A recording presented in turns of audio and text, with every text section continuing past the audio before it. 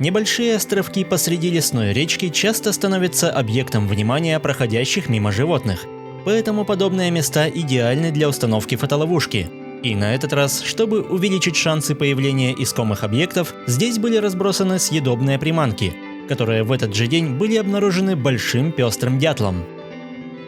Его рацион питания невероятно обширен, но в данной ситуации готовое угощение явно понравилось птице больше, чем привычное насекомое, ведь на их поиск нужно потратить немало времени и сил. На следующий день прилетела сойка, однако легкая добыча ее не слишком впечатлила.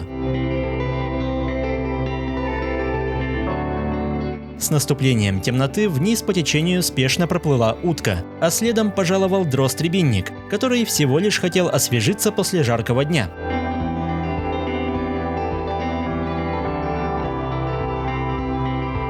Дятел продолжал обследовать находки.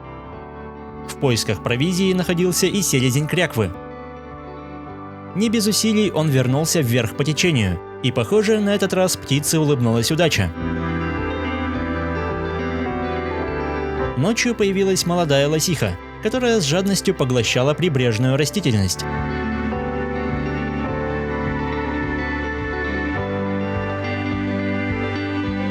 Наконец, запах добычи заинтересовал норку, которая быстро справилась с оставшимися на виду кусками и принялась за поиски спрятанных приманок. Однако обоняние подсказало зверьку, что выше по течению есть что-то более интересное. Утром невероятно ловким прыжком в поле зрения ворвалась лесная куница. Тщательно исследовав островок, она на всякий случай пометила источник запаха и отправилась по своим делам.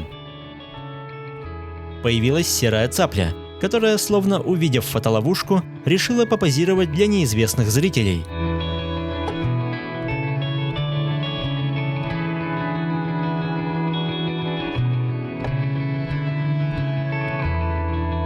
Проплывающие ранее утки, похоже, нашли друг друга, и теперь дружной компанией исследовали русло реки.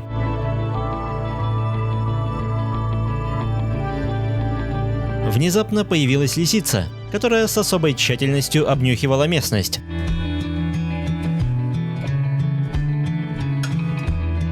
Невзирая на то, что остров был тщательно исследован конкурентами, рыжая плутовка быстро нашла лакомый кусочек. И, похоже, не собиралась останавливаться на достигнутом. Внимательно прислушиваясь, бдительная хищница продолжила поиски, но, понимая, что бревно ей не сдвинуть, переключилась на другой источник запаха, безошибочно определив точное местоположение тайника. В надежде на продолжение банкета лисица потратила еще несколько минут на обнюхивание и раскопки, однако в этот раз поиски были тщетны. Поэтому рыжая странница решила попытать счастья в другом месте. Час спустя за вечерней прогулкой замечена цапля, которая вновь почувствовала, что за ней наблюдают. Поэтому какое-то время птица старательно позировала перед камерой.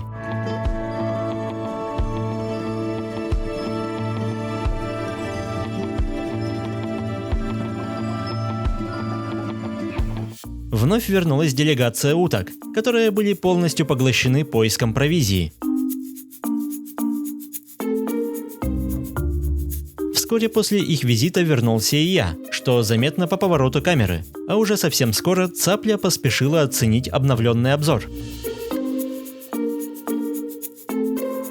Марафон пернатых продолжили утки, которые вскоре нашли островок привлекательным для поиска припасов. Дождавшись недостающую утку, неразлучная троица продолжила свой путь. Ночью запотевшая линза зафиксировала присутствие норки, которая на этот раз куда более тщательно исследовала местность. Судя по следам, ночью был сильный дождь, и первым дневным посетителем стал зяблик, а 20 минут спустя мимо стремительно пробежал лосенок, который едва попал в поле зрения. Наконец, норка предстала при свете дня. С особым усердием исследовав местность, при помощи стройного гибкого тела она все же смогла дотянуться до приманки.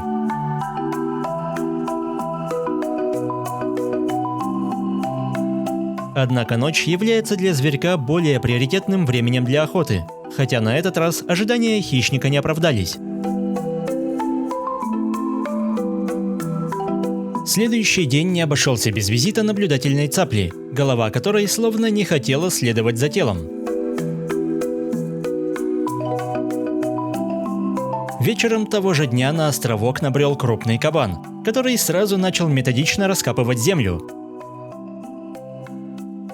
Мало кто сравнится с этим зверем в способности улавливать запах провизии, и даже объекты, спрятанные глубоко под землей, будут без труда обнаружены чувствительным пятачком. К несчастью, кабан пришел слишком поздно, но, возмущенно заглянув в камеру, он продолжил тщательный поиск.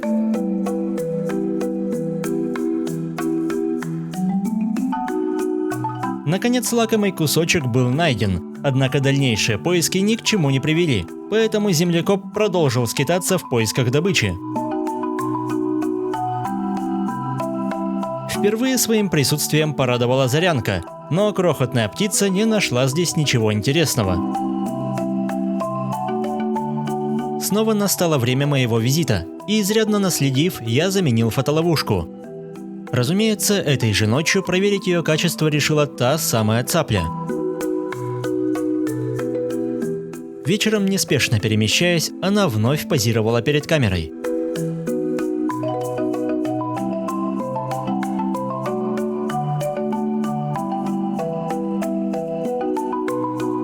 Ночью объявилась норка, наверное, надеясь, что прежние тайники пополнились лакомством, но ее ждало разочарование.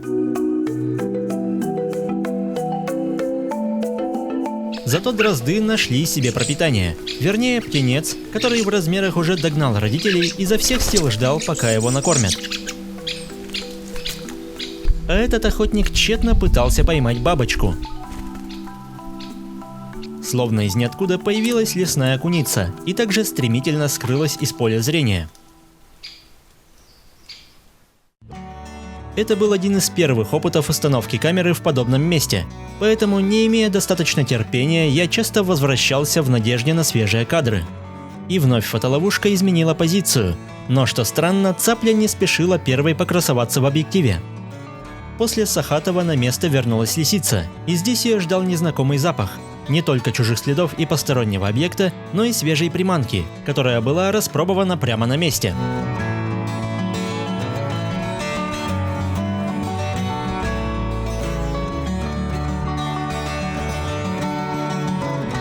Следующий кусок был надежно зафиксирован в челюстях, после чего вместе с ним хищница мастерски перемахнула на дальний берег. Не остался в стороне и черный коршун, который даже не удосужился покинуть остров и приступил к трапезе прямо на месте. Разумеется, пернатый хищник не успокоился до тех пор, пока не проглотил все, что было в зоне досягаемости. В дело пошла даже речная рыба, на которую в течение длительного времени никто не позарился. С опозданием пришла цапля, но, учитывая температуру в 2 градуса, настроения позировать у нее не было. Почуяв мой недавний визит, лиса стала намного аккуратнее, но попытки найти съестное не прекратились. Однако обнаружить что-то после прожорливого коршуна вряд ли представляется возможным.